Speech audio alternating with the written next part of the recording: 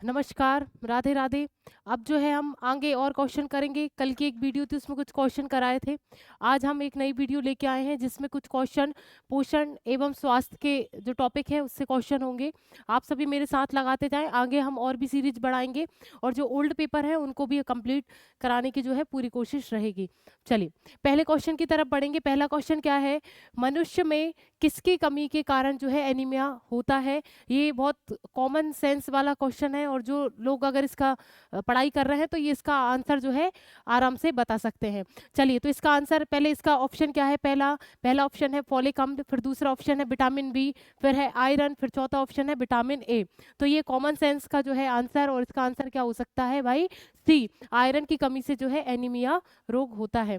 और आप सब यहाँ पे हैं, मुझे ये बताइए कि ये फिर फॉलिक अम्ल से क्या होता है? फॉलिक अम्ल इससे संबंधित है थोड़ा बहुत कि नहीं है? चलो ये दिमाग में रखना कि इससे थोड़ा बहुत संबंधित जो है एनीमिया हो सकता है। फॉलिक अम्ल क्या है? Vitamin B9। वेरी गुड, ठीक है। विटामिन B9 जो है ये एनीमिया से संबंधित है, पर इसका आंसर हमारे ऑप्शन के अनुसार क्या होगा भाई? आयरन। आयरन की कमी से एनीमिया रोग होता है। चलिए इसकी थोड़ी सी डिटेलिंग पढ़ेंगे। मनुष्य में आयरन की कमी से एनीमिया रोग होता है। यह अधिकांश महिला एवं बच्चों में होता है और ये लवण में जो है रक्त में हीमोग्लोबिन बनता है। आप सभी को पता होना चाहिए। ये एक जो है संवहन ऊतक की तरह कार्य करता है। संवहन यानी किसी चीज को एक स्थान से दूसरे स्थान तक ले जाना। आप सभी को पता है हीम यानी लोहा और ग्लोबिन यानी प्रोटीन। तो ये दोनों का मिक्सचर जो है ये किसी चीज को, जैसे रक्त है, रक्त में जो ऑक्सीजन है वो पूरे अंगों तक पहुंचाता है। और स्वाभाविक सी बात है अगर यही हमारे शरीर में नहीं बनेगा, हीम यानी क्या बोला था मैंने? लोहा। तो जब लोहे की कमी हो जाएगी, आयरन की कमी हो जाएगी, तो इसका मतलब ये है कि सिर्फ प्रोटीन बचेगा और जो हमारा जो आयरन है वो नहीं हो पाएगा, तो पूरा एक जो तत्व है वो नहीं बन पाएगा। और जो रक्त में ऑक्सीजन है वो हमारे शरीर में संवहन नहीं हो पाएगी क्योंकि यही नहीं बन रहा है। इसी कारण से जो है हमें सुस्ती आने लगती है, नींद ज़्यादा आने लगती है, पीलापन आने लगता है फेस पे, इसी की कमी से। और इसको हम क्या बोलेंगे? एनीमिया, यानी खून की कमी, अल्प रक्तता। चलिए तो ये शरीर में ऑक्सीजन का जो है संवहन करता है। आयरन की कमी के कारण शरीर में क्षीणता, आंखों के सामने अंधेरा होना, चक्कर आना, भूख न लगना इत्यादि जो है इसके प्राकृतिक स्रोत क्या क्या हो सकते हैं ये हम देख लेते हैं। आपको पालक खानी चाहिए, मेथी, पुदीना, धनिया। और जो है भाई पालक तो जो है इसमें भरपूर मात्रा में लोहा होता है। इसको आप मोस्ट लगा के लिख सकते हैं। पालक में भरपूर मात्रा में जो है आयरन तत्व पाया जाता है। दूसरा जो है क्वेश्चन वो आपके सामने है। एड्स का जो विषाणु है वो शरीर में खालिस्तान को नष्ट कर देता है, ये आपसे पूछा गया है। शरीर में किस तंत्र को जो है बिल्कुल नाश कर देता है उसका, या फिर बिल्कुल छीण कर देता है? पहला ऑप्शन है प्रतिरक्षा तंत्र, फिर दूसरा ऑप्शन है परिसंचरण तंत्र, फिर है यकृत, फिर है भाई लाल रक्त कणिका। बताइए इसका आंसर क्या हो सकता है? ठीक है, इसका क्या आंसर है भाई? प्रतिरक्षा तंत्र। क्यों? क्योंकि आपको पता है कि एड्स का अभी तक कोई ढंग का इलाज है नहीं। तो ये इतना खतरनाक जो विषाणु है ये एड्स से जो कर रहा है भाई, ये किसको नष्ट कर देता है? ये हमारे प्रतिरक्षा तंत्र को ही नष्ट कर देता है। इसका मतलब क्या होता है? हमारे शरीर में जो है एक रक्षात्मक आवरण बना के रखता है ये तंत्र। ये कोई भी संक्रमण हुआ या किसी से भी हम बीमारी से, जैसे बुखार आया तो हम सही हो जाते हैं और हमें जैसे मान लो कहीं गए, थोड़ा सा नोजिया टाइप का हो गया, जुकाम हो गया, तो हम बिना गोली के भी ठीक हो जाते हैं ना 1-2 दिन में। तो ये क्यों, कैसे ठीक हो रहा है? हमारा शरीर ही अपने आप जो है ये काम करता है और हमारा शरीर हर चीज से उभरने का जो है प्रयत्न करता है। अगर यही नष्ट हो गया तो स्वाभाविक सी बात है मुझे लग गई तो वो लगी रह जाएगी, जुकाम हो गया तो जुकाम ही रह जाएगा, बुखार है तो बुखार ही रह जाएगा। तो सबसे खतरनाक हम एड्स को मानते हैं इसी कारण से, क्योंकि ये हमारे शरीर के सबसे जो प्रतिभाशाली हम जिसको बोल सकते हैं या जीनियस जिसको बोल सकते हैं, हमारे शरीर में जो काम करता है वही नष्ट हो जाता है। अगले में हम देखेंगे, इसका थोड़ा विवरण है।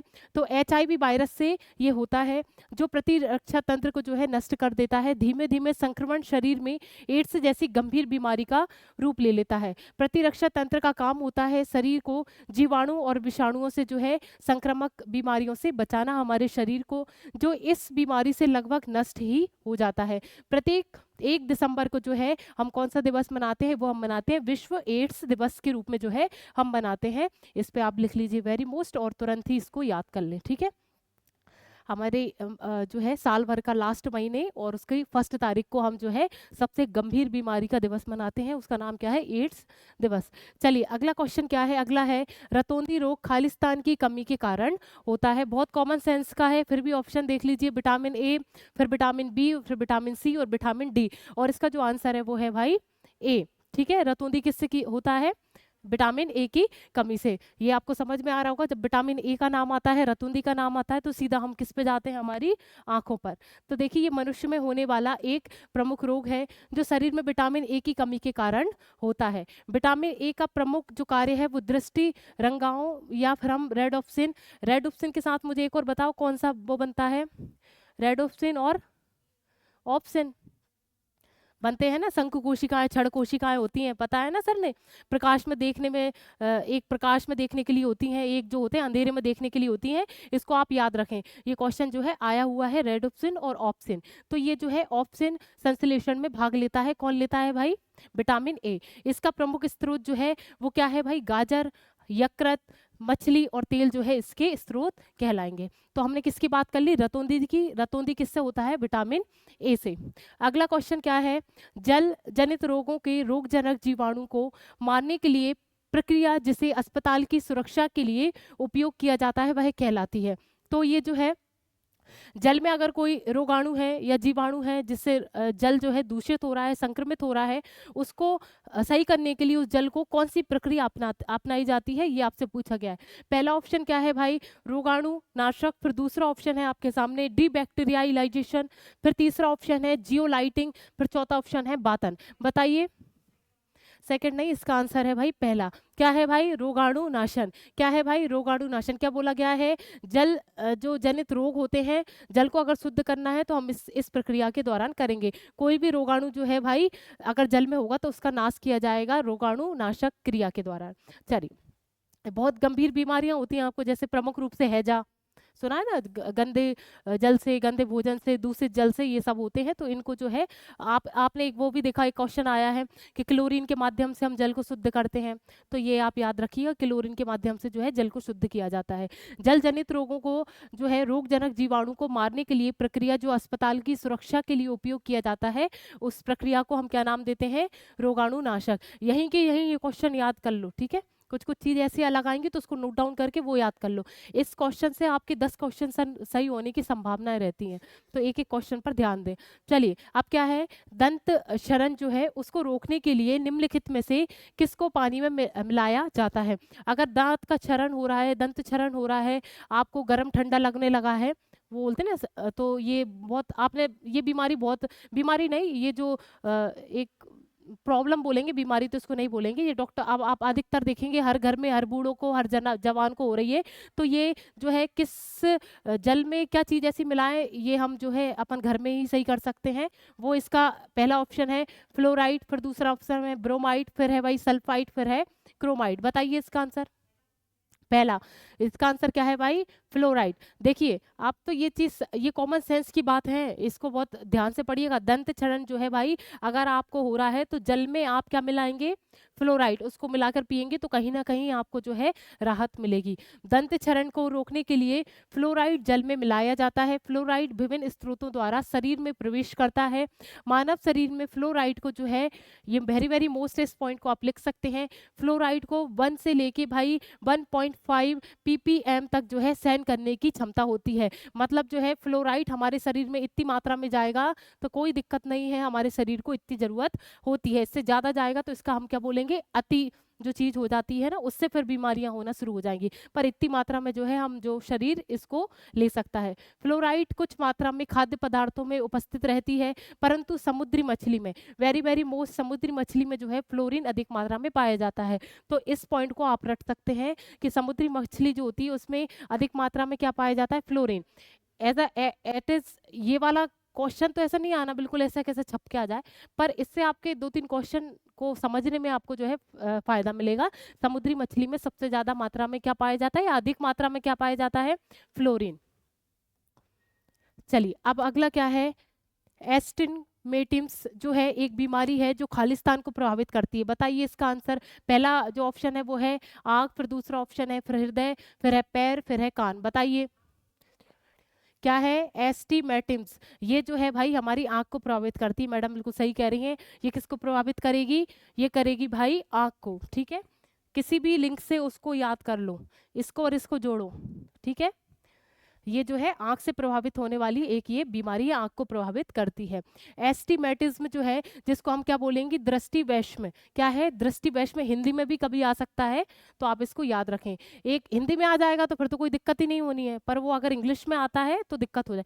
आप एक और मैं आपको एक चीज बताऊं, जब भी आप हिंदी में क्वेश्चन पढ़ें, आपको बिल्कुल सूझ नहीं पड़ रही, बिल्कुल पल्ले नहीं पड़ रही, तो आप जरूर एक बार इंग्लिश का जरूर पढ़ लें।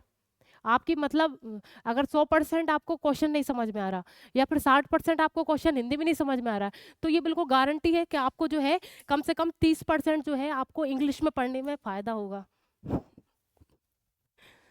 ठीक है, तो आप इंग्लिश जरूर पढ़ लें। चलिए भैया, आवाज में तो कोई दिक्कत नहीं हो रही। हम्म, तो ये जो है भाई आंख को प्रभावित करता है। यह कार्निया की जो आकृति है उसमें गड़बड़ी होने का जो है इसमें, अब क्या होता है इस रोग में, आप एक वन लाइनर याद कर सकते हैं कि ये कार्निया जो होता है उसकी आकृति में गड़बड़ हो जाती है। इस बीमारी को हम नाम क्या देंगे भाई, दृष्टि वैषम, और या फिर हम इंग्लिश में क्या बोलेंगे, एस्टिग्मेटिज्म। ठीक है, इसको याद रख सकते हैं। ये अनियमित हो जाती है, जिसमें आंख के प्रकाश से गुजरने या रिफ्लेक्ट होने का तरीका जो है बदल जाता है। इसमें दृष्टि धुंधली हो सकती है, अस्पष्ट या विकृत हो सकती है। चश्मे से जो है या लेंस के दौरान इसको जो है ये खत्म किया जा सकता है या ठीक हो सकता है, और जो है इसकी सर्जरी भी करवानी पड़ सकती है अगर ये गंभीर रूप ले सकती है तो। ठीक है, चलिए अब क्या है, विटामिन डी की कमी से खालिस्तान होता है। ये तो चलो, पहला ऑप्शन क्या है, क्वासिकोर, फिर क्या है दूसरा, स्कर्वी, फिर है सूखा रोग, फिर है बेरी। बताइए कौन बोल, क्या इंग्लिश पढ़ो। पहली बात तो ये सूखा रोग आपको याद ही होना चाहिए। विटामिन डी के कारण जो होता है वो क्या होता है, सूखा रोग। हम इसको इंग्लिश में क्या बोलते हैं, रिकेट्स।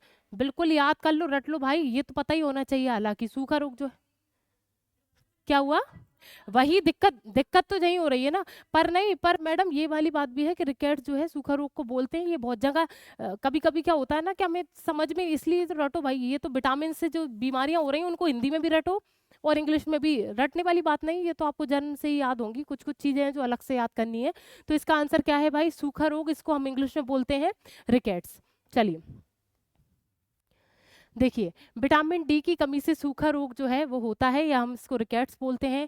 विटामिन डी वसा में घुलनशील विटामिन है। जल में घुलनशील कौन सी है, बी और सी। और कितने विटामिन जो है वो वसा में घुलनशील है, 4, ए, डी। ठीक है, ये जो है वो बसा में है। चलिए, त्वचा जब धूप के संपर्क में होती है तो शरीर में विटामिन डी का निर्माण होता है। विटामिन डी की मदद से कैल्शियम को शरीर में बनाए रखने में जो है मदद मिलती है। हड्डियों की मजबूती के लिए आवश्यक होता है। इसके अभाव से हड्डी कमजोर हो सकती है। वयस्कों में हड्डी के मुलायम होने को जो है हम क्या बोलते हैं, ऑस्टियोपोरोसिस। ऑस्टियोपोरोसिस। और एक और होता है ऑस्टियोमलेशिया। क्या होता है, ऑस्टियोमलेशिया। ये दोनों जो है वो किसके कारण होती हैं, विटामिन डी की कमी के कारण। तो आप इसको याद रखेंगे। इसके कारण जो है हड्डी मुलायम हो जाती है, और ऑस्टियोमलेशिया के कारण जो होती है हड्डियों में छिद्र हो जाते हैं, या उसमें जो है कहीं ना कहीं बिल्कुल पतली होती चली जाती है, और उसमें छिद्र होने की संभावनाएं भविष्य में बनी रहती है। तो उसको हम ऑस्टियोमलेशिया बोलेंगे, इसको बोलेंगे ऑस्टियोपोरोसिया। ठीक है, पोरोसिस बोल सकते हैं, पोरोसिया। ठीक है, अब देखिए हमारे पहले ऑप्शन में क्या था, क्वासिकोर। ये किसके कारण होता है, प्रोटीन की कमी के कारण। और जो है प्रोटीन ऊर्जा कुपोषण को हम शॉर्ट में क्या बोलेंगे, पीईएम। याद नहीं है, पीईएम, वेरी वेरी मोस्ट। आप सभी लोग जाएंगे, आपका एक होमवर्क है, आप सभी लोग जाएंगे घर पे और इसको जो है पीईएम, प्रोटीन ऊर्जा कुपोषण, इसको कंप्लीट करेंगे। इससे आपके कम से कम बोल रही हूँ मैं, 4 या 5 क्वेश्चन आपके पेपर में बनेंगे। ये नहीं करके गए तो आप 5 क्वेश्चन अपने खुद हाथ से खो देंगे। तो इसको शॉर्ट में क्या बोलेंगे, पीईएम। इसको हिंदी में क्या बोलते हैं, प्रोटीन ऊर्जा कुपोषण। ठीक है, और आपको पता है प्रोटीन से जो है क्वासिकोर होता है, मरासमस होता है, तो आप इसको याद कर सकते हैं। तो क्वासिकोर जो है तीव्र कुपोषण का एक रूप है, यह प्रोटीन की कमी से होता है। फिर अगला ऑप्शन क्या था, स्कर्वी। स्कर्वी आपको पता है विटामिन सी के कारण होता है, मसूड़ों में सूजन होती है, खून निकल आता है, ये सब चीजें जो है विटामिन सी की कमी से होती है। सूजन हो जाती है, दांत का गिरना, रोगी का चेहरा पीला पड़ जाता है, ये लक्षण सभी जो है।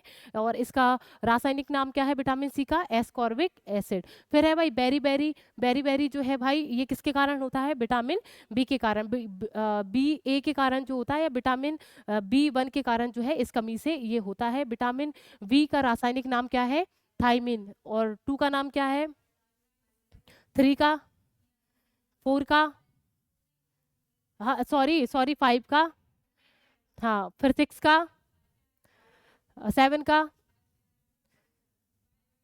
और 9 का, और 12 का, साइनोकोवालामिन। ठीक है, चलिए। हाँ, थायमिन शरीर के लिए जो है एक आवश्यक पोषक तत्व है जो शरीर के अंदर की जो है शर्करा को तोड़ने में मदद करता है। देखो मैं हमेशा ये बोलती हूँ, हमेशा मतलब अपन नॉर्मल पढ़ते चले जाते हैं। अभी एक क्वेश्चन एक अभी अपन ने पिछला देखा था अभी क्वेश्चन, तो उसमें ये था कि विटामिन डी जो है वो तो आवश्यक होता है, सबको पता है, पर वो शरीर में कैल्शियम की मात्रा को नियंत्रित करता रहता है। ये बहुत भले बहुत छोटा पॉइंट है, हमको पता है कि हड्डी हड्डी विटामिन डी से क्या होता है, हड्डी से विकृत कोई भी रोग हो सकता है, पर हमें ये भी पता है कि फास्फोरस कैल्शियम हड्डी की जो है मरम्मत करता रहता है, निर्माण करता है, सब पता है। पर ये कितना अच्छा पॉइंट था, ये हम कहीं ना कहीं इतनी इतनी सी चूक कर देते हैं। मतलब उसमें लिखा था विटामिन डी जो है कैल्शियम की मात्रा को नियंत्रित और जो है बनाए रखने में मदद करता है। प्रॉपर विटामिन डी हड्डियों का कुछ ज्यादा नहीं कर रहा है, पर कौन कर रहा है, कैल्शियम कर रहा है, पर वो कैल्शियम को जो है नियमित कर रहा है हमारे शरीर में, तो कहीं ना कहीं हड्डी से संबंधित हुआ। तो ये छोटे छोटे पॉइंट जो है ना बहुत काम में आते हैं आगे। तो जैसे यही वाला पॉइंट हो गया, कितना सही पॉइंट है कि शरीर के अंदर की जो शर्करा है उसको तोड़ने में मदद कौन कर रहा है भाई, थाइमिन। कौन कर रहा है भाई, थाइमिन। ऐसे सीधे क्वेश्चन बन के आ जाएंगे, फिर हम कहेंगे हमने तो ये पढ़ा ही नहीं। चलिए, तो जिससे शरीर की जो है ऊर्जा, जिससे शरीर को ऊर्जा प्राप्त होती है। आगे बढ़ेंगे, अगला क्वेश्चन है मानव शरीर का कौन सा अंग ग्लूकोमा से प्रभावित है। अब इसका पहला ऑप्शन क्या है, आंखें, फिर है यकृत, फिर है गुर्दे, फिर है कान। बताइए। आंख, बहुत बढ़िया मैडम, मैडम तो भैया आंखें। ठीक है, तो इससे ये जो है ग्लूकोमा किससे संबंधित है, आंख से संबंधित। अब नया मिला ना, ये तो हमने पढ़ा नहीं कभी, तो इसको याद कर लो। ग्लूकोमा जो है भाई वो किससे संबंधित है, आंख से। इससे पहले हमने आंख से क्या संबंधित पढ़ा था, हाँ, तो उसको आप याद रखना और इसको भी याद रखना, ये दोनों जो है आंख से संबंधित है। चलिए, अब ध्यान से पढ़िएगा, मानव की जो आंखें हैं ग्लूकोमा, या हम इसको हिंदी में क्या बोलेंगे, काला मोतियाबिंद। हिंदी में आता तो कर देते ना, तो ठीक है, काला मोतीबिंद जो है वो हम इसको ग्लूकोमा बोलते हैं, ये प्रभावित होता है। यह रोग नेत्र के गंभीर एवं निरंतर क्षति करते धीरे धीरे जो है दृष्टि को समाप्त ही कर देता है। किसी वस्तु को प्रकाश की किरणें जो है आंखों पर पहुंचती हैं तो उसकी छवि दृष्टि पटल पर दिखाई देती है। जैसे प्रकाश जब किसी वस्तु पर पड़ेगा, उसको बंद कर दो, प्रकाश किसी वस्तु पर पड़ेगा तभी वो चीज हमें दिखाई देगी। अंधेरे में हमें चीज क्यों नहीं दिखाई दे रही है, क्योंकि उस पर प्रकाश नहीं पड़ रहा है। प्रकाश पड़ेगा, वो रिफ्लेक्ट होगा और हमारी आंखों पे आएगा, तो ये जो है उसको प्रभावित करता है, जिससे हमें जो है कोई चीज दिखाई नहीं देती और धीमे धीमे ऐसी स्थिति आ जाती है काला मोतियाबिंद में, या हम उसको क्या बोलेंगे, ग्लूकोमा। अगर ऐसी स्थिति, गंभीर स्थिति आई तो उसमें व्यक्ति को दिखाई देना ही बंद कर देगा। तो ये जो है स्थिति कॉर्निया के पीछे आंखों की सही आकार एवं पोषण देने वाला तरल पदार्थ, जिसे हम क्या बोलेंगे, एक्वे ह्यूमर। क्या है, एक्वे ह्यूमर जो है इसको बोलेंगे। ये बहुत अच्छे से याद रखिएगा। लेंस के चारों ओर स्थित सीलियस ऊतक तरल पदार्थ का लगातार बनते रहना, आंखों के भीतरी हिस्से में कितना दबाव रहे, यह तरल पदार्थ की मात्रा निर्भर करती है। आंखों के जो पीछे जो दबाव रहता है वो कौन सा पदार्थ नियंत्रित करता है, इसको याद कर लो। ठीक है, एक्वेस ह्यूमर ये जो है आंख के दबाव को नियंत्रित करता है, कितना दबाव रहेगा, अगर इसकी मात्रा ज्यादा होगी या कम होगी तो हमारी आंख पर प्रभाव इसका पड़ेगा। ग्लूकोमा रोगियों की जो आंखें हैं इसमें तरल पदार्थ का दबाव बढ़ जाता है। अगर ये ग्लूकोमा हो गया तो आंख पे जो है इस तरल पदार्थ से आंखों में दबाव ज्यादा बनाएगा। इसका मतलब आप स्वाभाविक सी बात है आंखें दुखने लगेंगी, लाल होने लगेंगी, तो ये सब जो है फिर आगे चल के भाई जो है गंभीर रूप ले लेगा और आपको टोटली दिखना बंद ही हो जाएगा। बच्चों में होने वाली ग्लूकोमा को जो है, ये बहुत अच्छे से याद कर लो, इसको रट लो। बच्चों में अगर ये हो रहा है ग्लूकोमा तो हम इसको क्या बोलेंगे, कंजेनाइटल ग्लूकोमा। क्या बोलेंगे, कंजेनाइटल जो है ग्लूकोमा, अगर बच्चों में हो रहा है ग्लूकोमा, और नहीं तो नॉर्मल ग्लूकोमा बोलेंगे, और बच्चों में हो रहा है तो कंजेनाइटल ग्लूकोमा इसको बोला जाता है। ये जो ग्लूकोमा है भाई बच्चों एवं शिशुओं को जन्मजात होता है। वेरी वेरी दूसरा पॉइंट मिल गया हमें मोस्ट, कि ये जो है अगर होगा तो बच्चों में जन्मजात भी हो सकता है। इसमें लक्षणों में क्या होगा, लालिमा यानी चेहरा लाल हो जाएगा, या आंखें लाल हो जाएंगी, आंखों में ही होगा सॉरी, आंखें लाल हो जाएंगी, पानी आना आंखों से, आंखों में बड़ा होना और आदि शामिल हो जाएगा। ठीक है। अगला क्वेश्चन क्या है, स्कर्वी जिसके लक्षणों में मसूड़ों से खून आना शामिल है, आहार में खालिस्तान शामिल करके इसको रोका जा सकता है। तो इसके ऑप्शन है भाई विटामिन ए, कोलेस्ट्रॉल, फिर तीसरा ऑप्शन है प्रोटीन, फिर ऑप्शन है भाई विटामिन सी। बताइए इसका आंसर। विटामिन सी, अगर हम विटामिन सी अच्छी मात्रा में लेंगे या नियंत्रित मात्रा में लेंगे तो ये जो है हमें स्कर्वी रोग जो है मुझसे ग्रसित नहीं होंगे। इसमें क्या होता है, मसूड़ों की दिक्कत हो जाती है। ठीक है। स्कर्वी जो है हम इसको क्या बोलेंगे, एस्कॉर्बिक एसिड, विटामिन सी की कमी से के कारण होता है। इसकी कमी से मरीजों में कमजोरी, मसूड़ों में खून, दांतों का ढीला होना आदि समस्याएं आने लगती हैं। सबसे बहुत अच्छा स्रोत जो है, बहुत बहुत ही इसमें विटामिन सी की मात्रा रहती है। आंवला, फिर नींबू, संतरा, खट्टे फल जो है ये विटामिन सी में प्रचुर मात्रा में इनमें विटामिन सी पाया जाता है। यह प्रति ऑक्सीकरण के रूप में कार्य करता है। प्रति ऑक्सीकरण जो है एंटीऑक्सीडेंट जिसको हम बोलते हैं, एंटीऑक्सीडेंट के रूप में विटामिन सी और ई दोनों काम करते हैं। कौन कौन काम करते हैं, विटामिन सी और ई। ठीक है। अगर प्राथमिक रूप में अगर ये दोनों ऑप्शन आ जाते हैं तो क्या लगाओगे आप, अगर ये आ गए सी और ई में, अगर ये दोनों ऑप्शन आ गए तो आप किस में प्राथमिकता देंगे, ई को, ई को। ठीक है। एंटीऑक्सीडेंट अगर कोई चीज आ गया और ए बी सी, मतलब ई आ गया और सी साथ में आ गया, सीधी बात, तो आप पहली प्राथमिकता किसको देंगे, ई को। और दोनों साथ में आ गए और से तो ये तो है ही, फिर ये याद रखिएगा। चलो अब क्या है भाई, थ्रोम्बोसिस जो है खालिस्तान की बीमारी है। इसका पहला ऑप्शन है नस फटना, फिर रक्त, और फिर क्या है थायराइड ग्रंथि, फिर है फेफड़े। बताइए इसका आंसर।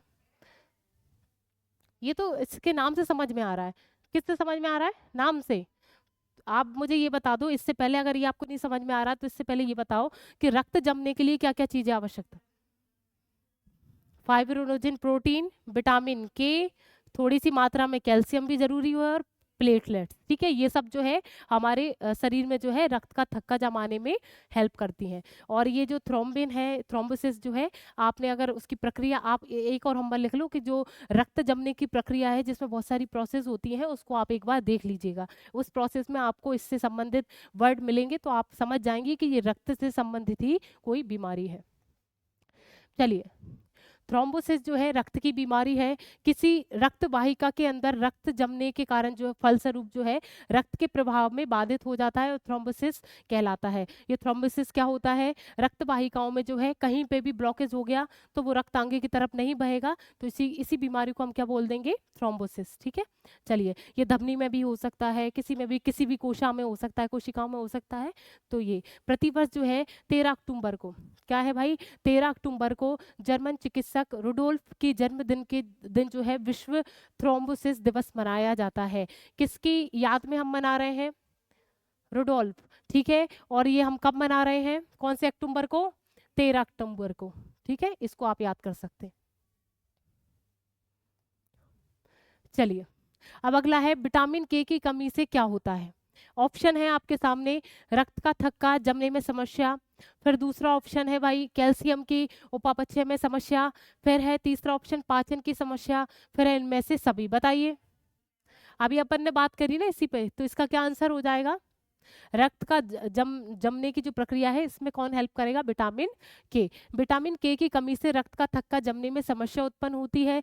विटामिन के का रासायनिक नाम क्या है, फ्लोक्यूनिन, और इसका मुख्य स्रोत जो है टमाटर, हरी सब्जी इत्यादि। विटामिन के जो जीवाणु हैं, जीवाणुओं द्वारा हमारे आंतों में संश्लेषित होता है। आपको पता है कि बड़ी आंत के कॉलन में जो है विटामिन के का जो है संश्लेषण वही होता है, वहां से उसका अवशोषण भी होता है। ठीक है। तो ये विटामिन के कहाँ पर रहता है, कहाँ पर संश्लेषित होता है, बड़ी आंत बड़ी आंत के कॉलन में। अब है भाई प्लेग्रा जो है वो किसकी कमी के कारण होता है। ऑप्शन है आपके सामने राइबोफ्लेविन, फिर है एस्कॉर्बिक एसिड, फिर है फॉलिक एसिड, फिर है नियासिन। बताइए। नहीं मैडम, ये तो बिल्कुल ही गलत है, नियासिन। तीसरा, विटामिन बी कॉम्प्लेक्स में से B3 जो है उसके द्वारा जो क्या होता है, प्लेग्रा। और अभी हमने जब पढ़ा था ये चैप्टर तो विटामिन 5 में भी दिया था, पर आप ये ना करें, अगर विटामिन 3 आता है, 5 आता है तो प्राथमिकता विटामिन 3 को ही देनी है।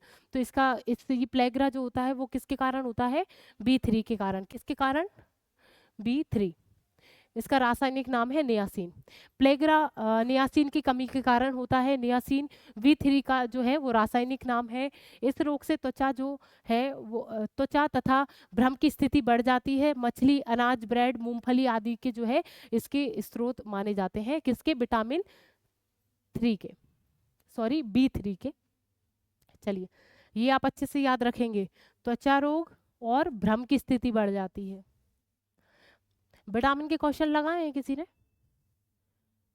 बेटा लगाए हैं? तो कितने गलत हुए थे? बी कॉम्प्लेक्स में तो अधिकतर गलत हुए होंगे। जब आप बी कॉम्प्लेक्स के अलग से क्वेश्चन लगाएंगे ना तो बहुत गलत हुए होंगे, क्योंकि इसमें ये पूछा जाता है किससे क्या हो रहा है, किसी की त्वचा फट रही है उससे। तो और आप देखेंगे B2 B3 ये मतलब मिक्स टाइप के क्वेश्चन ऐसे आ रहे हैं और एग्जैक्ट मतलब बहुत कंफ्यूजन वाले आ रहे हैं। तो विटामिन के क्वेश्चन जरूर लगाएं और विटामिन में भी बी कॉम्प्लेक्स पे ज़्यादा ध्यान दें, क्योंकि वो तो टिक टिक होते जा रहे हैं कि ए से क्या हो रहा है ये सबको पता है, डी से क्या हो रहा है ये सबको पता है, सी से क्या हो रहा है, बी पे ज़्यादा ध्यान दें। चलिए अगला क्या है? सूखा रोग निम्न में से किसे प्रभावित करता है? पहला ऑप्शन क्या है? मांसपेशीय तंत्र को, फिर दूसरा है तंत्रिकीय तंत्र को, तंत्रिका तंत्र को, फिर तीसरा ऑप्शन कंकाल तंत्र को, फिर है आंखें। बताइए। सूखा रोग, रिकेट्स की बात चल रही है। कंकाल, इसका आंसर क्या है? कंकाल तंत्र। क्योंकि आपने देखा होगा हमने क्या पढ़ा था? Osteoporosis, osteomalacia.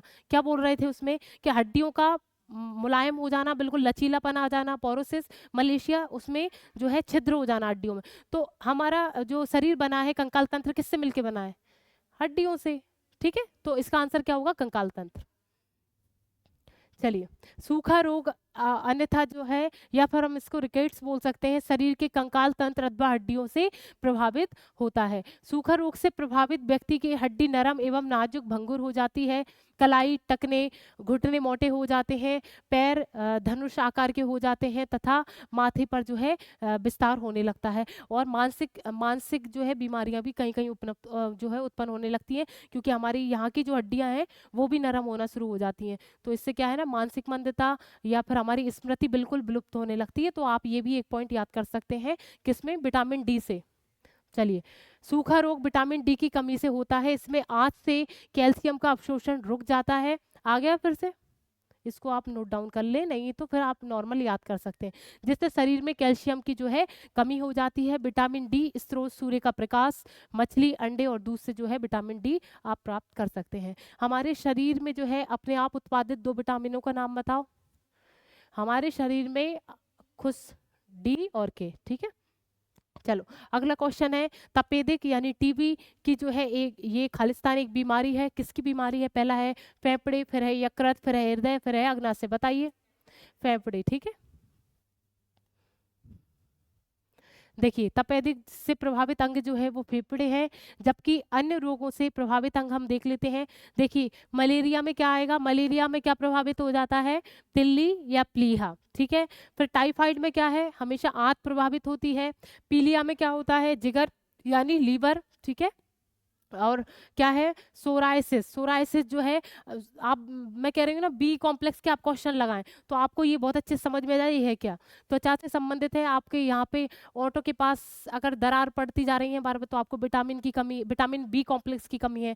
पर सबसे कठिन काम ये है कि विटामिन बी कॉम्प्लेक्स में भी कौन सा विटामिन, तो ये आपको पता लगाने के लिए क्वेश्चन लगाने पड़ेंगे। तो इससे जो है किस क्या प्रभावित हो जाएगी? त्वचा प्रभावित हो जाएगी। न्यूमोनिया या न्यूमोनी, टीबी जो है इससे फेफड़े प्रभावित होते हैं।